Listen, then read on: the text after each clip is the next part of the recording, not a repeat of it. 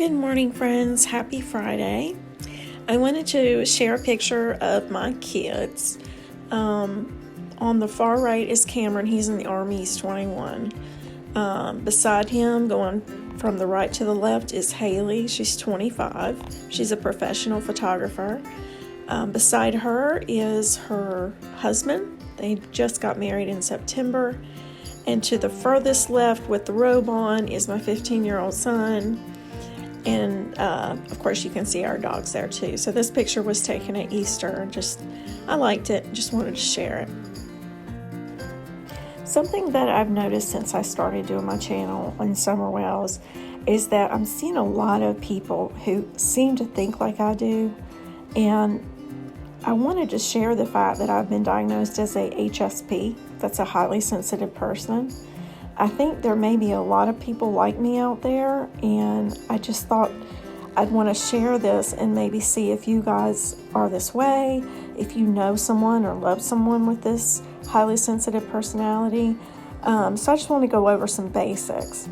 It says some examples of HSP characteristics are they often absolutely abhor violence, abuse, neglect, and cruelty.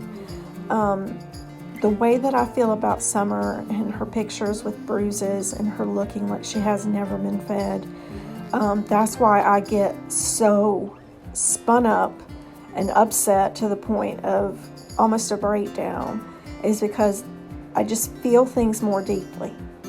It's kind of like having nerves on the outside of your skin, so that what somebody might feel is, oh, that's sad, how awful. It will put me in bed for 2 days crying. So I am very different in that way. So I feel things way more deeply. And that includes every emotion. That's anger. That's being hurt. It's sadness and depression too. When I was a little child, as far back as I can remember, probably about age 3, my mom would buy me new clothes and have me try them on, but I only wanted used, broken-in clothing. She would put a new dress on me, and I would stiffen out my limbs and say, it's too scratchy. And I always wondered why I was such a little weirdo like that. Like, other kids don't do that. And I mean, I was just determined that was too scratchy. I didn't like it. I don't like how stiff it felt. And come to find out, that's actually a trait of being an HSP. Your entire nervous system, including your feelings, but also in other ways, physical sensory issues, are way amplified. This is an article from Healthline. It was written by a psychiatrist who is a HSP herself, and I just thought this kind of described very much how I was as a kid. On my first day of kindergarten, the teacher read through the class rules. Put your backpack in your cubby each morning. Respect your classmates. No tattling. After reading the list, she said, and finally, the most important rule of all, if you have any questions, raise your hand. Despite the open invitation, I asked a few questions. Before raising my hand, I would study the teacher's facial expression, trying to figure out if she was tired, angry, or annoyed. If she raised her eyebrows, I assumed she was frustrated. If she spoke too fast, I thought she was impatient. But soon her compassion turned to exasperation, and she yelled, I told you that you don't need to ask permission. Weren't you paying attention on the first day of class? Shamed for misbehaving, she said I was a poor listener and told me to stop being high maintenance. So what I want to say is my husband calls me psychic. What I think that I have it's not psychic. I can't tell the future and things like that. What I do think is that what comes along with being an HSP is that I can look at pictures of people or look at people, in person, look at people's faces and tiny movements and body language and all of that. And I can pick up a lot about them at first sight. I can really get, I don't know if I'm reading vibes, I know I'm noticing emotion. I'm super sensitive to that. And a lot of times I've been right, a lot. I'll give you an example. My daughter wanted me to watch that Netflix show, Ultimatum. And my husband and I started watching it together. And there was a girl on there who had a guy who was crazy about her, but she did not want to marry him. She was not ready.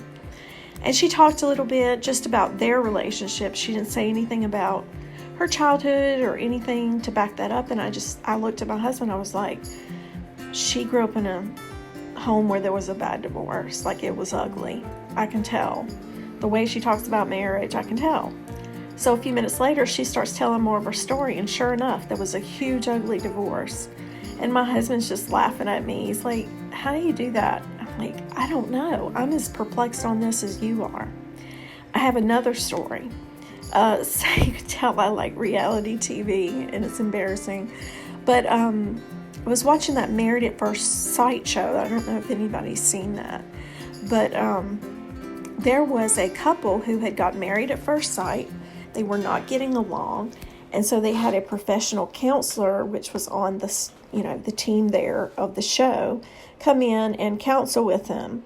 And I'm also watching this with my husband, and I said, that counselor wants that guy for herself. And my husband Blake was like, what? What are you talking about? She's a counselor. And I said, I can tell by the way she's looking at him and talking to him. He was like, there's nothing there, Holly. So I go and look it up because it had been filmed a couple years ago, and they're married now. The counselor and the guy on the show, they're very happily married. So I don't know what it is, but I think they're players in this Summer Wells case that I pick up on things that really bother me. Now, whether I'm truly right in my instincts on this or not, I don't know. I'm not saying I'm 100%. I think there's a lot of things to work through when you have this, because everything's your radar is on so strongly. You certainly may be picking up on things that aren't there. And so when I try to show that people are lying, it's because I picked up on it right away that there's, contradictions in what they say. There's, just what they talk about, and having listened to them, I just gut level know something's up. Something is not right here. And so that's where all the emotion comes about cracking cases. I feel like they are con artists. I picked that up day one. I wish I could change my mind about that. And what I'm deciding to do is just push it away. Don't listen to them anymore. It's, I'm never going to be able to prove my point with them. And just pray that, if there is something crooked there, then God will bring it out into the light.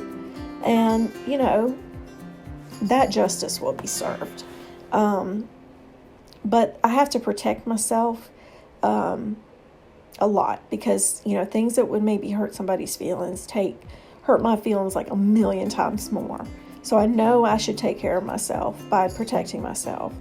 And I promised myself, if YouTube became a really volatile, mean, hateful place to me, then I would pull out. So that's still in the wings. That may happen. It's not really a great hobby for me, because of the things I have to deal with emotionally and such like that. But that just kind of gives you a little background on who I am. Let me know if you feel like you have these traits as well. It's supposed to be 15 to 20% of the population has HSP. And I'm really interested in finding others like me, and maybe we could learn more about ourselves together and support each other, because it's not easy. It's not easy. And it's a very real thing in my life. So thank you for listening to me drone on and on. I hope you have a blessed day, and see you later.